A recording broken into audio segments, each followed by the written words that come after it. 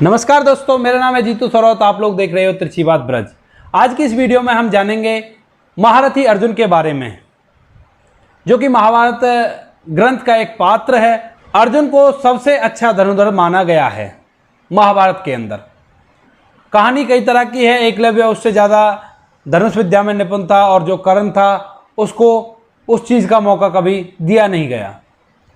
इन सब को छोड़ते हुए जानते हैं अर्जुन के बारे में। अर्जुन कौन था, क्या था और अर्जुन को सर्वश्रेष्ठ धनुर्धर क्यों कहा जाता है। तो दोस्तों, सबसे पहले मैं आपको बताना चाहता हूं अर्जुन को सर्वश्रेष्ठ धनुर्धर क्यों कहा जाता है। क्योंकि गुरु द्रोण ने एक बार सभी अपने शिष्यों की परीक्षा ली थी और उस परीक्षा में अर्जुन ही उत्तीर्ण हो पाए थे। इसी वजह से अर्जुन को सर्वश्रेष्ठ धनुर्धर कहा जाता है। अब दोस्तों, उसके बाद आती है अर्जुन कौन थे। तो अर्जुन पांचों पांडवों में से एक थे और जो अर्जुन थे वो धर्म के रास्ते पर चलने वाले एक महान योद्धा थे।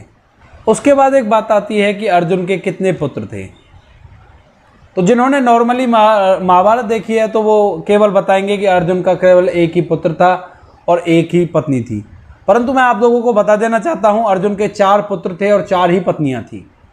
अब जानते हैं कैसे कैसे। सबसे पहली पत्नी उनकी जो द्रौपदी थी, जब वे वनवास में थे तो उस समय एक स्वयंवर में जाकर उन्होंने एक मछली की आंख पे निशाना मारा था।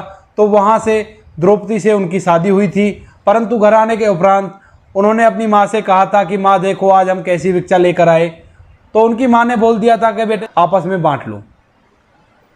उसी कारण से जो द्रौपदी थी वो 5 भाइयों की पत्नी बनकर रही थी उस समय पे, और पांचाली भी कहते थे उनको। तो दोस्तों, उसके बाद जानते हैं उसके बाद अर्जुन ने और कई शादियां की थी। लगभग 4 पत्नियां थी, तो एक तो पांचाली हो गई। उसके बाद अज्ञातवास में उन्होंने 2 शादियां और की थी और जो चौथी शादी थी वो की थी भगवान श्री कृष्ण जी की बहन से, जो कि अभिमन्यु इतना पराक्रमी था, इतना बड़ा योद्धा था। उसके पीछे यही कारण है क्योंकि स्वयं नारायण की बहन से उन्होंने शादी की थी और अर्जुन भी कम पराक्रमी योद्धा नहीं था। इसी वजह से जो अभिमन्यु है वो गर्भ में ही सीख गया था कि चक्रव्यूह के अंदर कैसे जाना है। परंतु तब तक वह यह सीख पाता कि चक्रव्यूह से बाहर कैसे आना है, उससे पहले जो उनकी माताश्री थी वो सो गई थी। तो दोस्तों, अर्जुन को देवराज इंद्र का पुत्र भी कहा जाता है क्योंकि माता कुंती को यह वरदान प्राप्त था एक साधु महात्मा के द्वारा कि आप जिस भी देवता से पुत्र रत्न की प्राप्ति चाहो कर सकती हो। जब वह कुंवारी थी तो उनके घर पे एक ऋषि मुनि साधु महात्मा आए थे। तो उनकी बहुत ही अच्छी सेवा करने के बाद उन्होंने उनको वरदान दिया था, आशीर्वाद दिया था कि तुम किसी भी देवता से जाकर कोई भी पुत्र मांग सकती हो और वो आपको प्रदान करेंगे।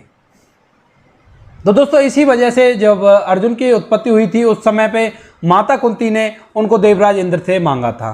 तो इसी वजह से जो अर्जुन थे वो बहुत ही पराक्रमी थे। और दोस्तों, अर्जुन जो महाभारत का युद्ध था, पूरे के पूरे युद्ध में पांडवों की तरफ से जो सबसे महत्वपूर्ण योद्धा था वही थे अर्जुन। अगर अर्जुन नहीं होते तो पांडवों का ये महाभारत का युद्ध जीत पाना असंभव था।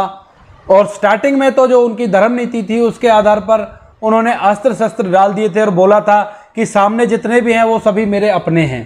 तो इस चीज़ से भी आप लोग अंदाज़ा लगा सकते हो कि जो अर्जुन थे वो धर्म के रास्ते पर चलने वाले योद्धा थे, ना कि कूटनीतियों पर चलने वाले योद्धा जिस तरह से दुर्योधन था। दोस्तों, आशा करता हूं आपको वीडियो अच्छा लगा। अगर अच्छा लगा है तो हमारे चैनल को लाइक शेयर एंड सब्सक्राइब जरूर करें। मैं मिलता हूं आपसे ऐसी एक अनोखी वीडियो के साथ। तब तक के लिए धन्यवाद।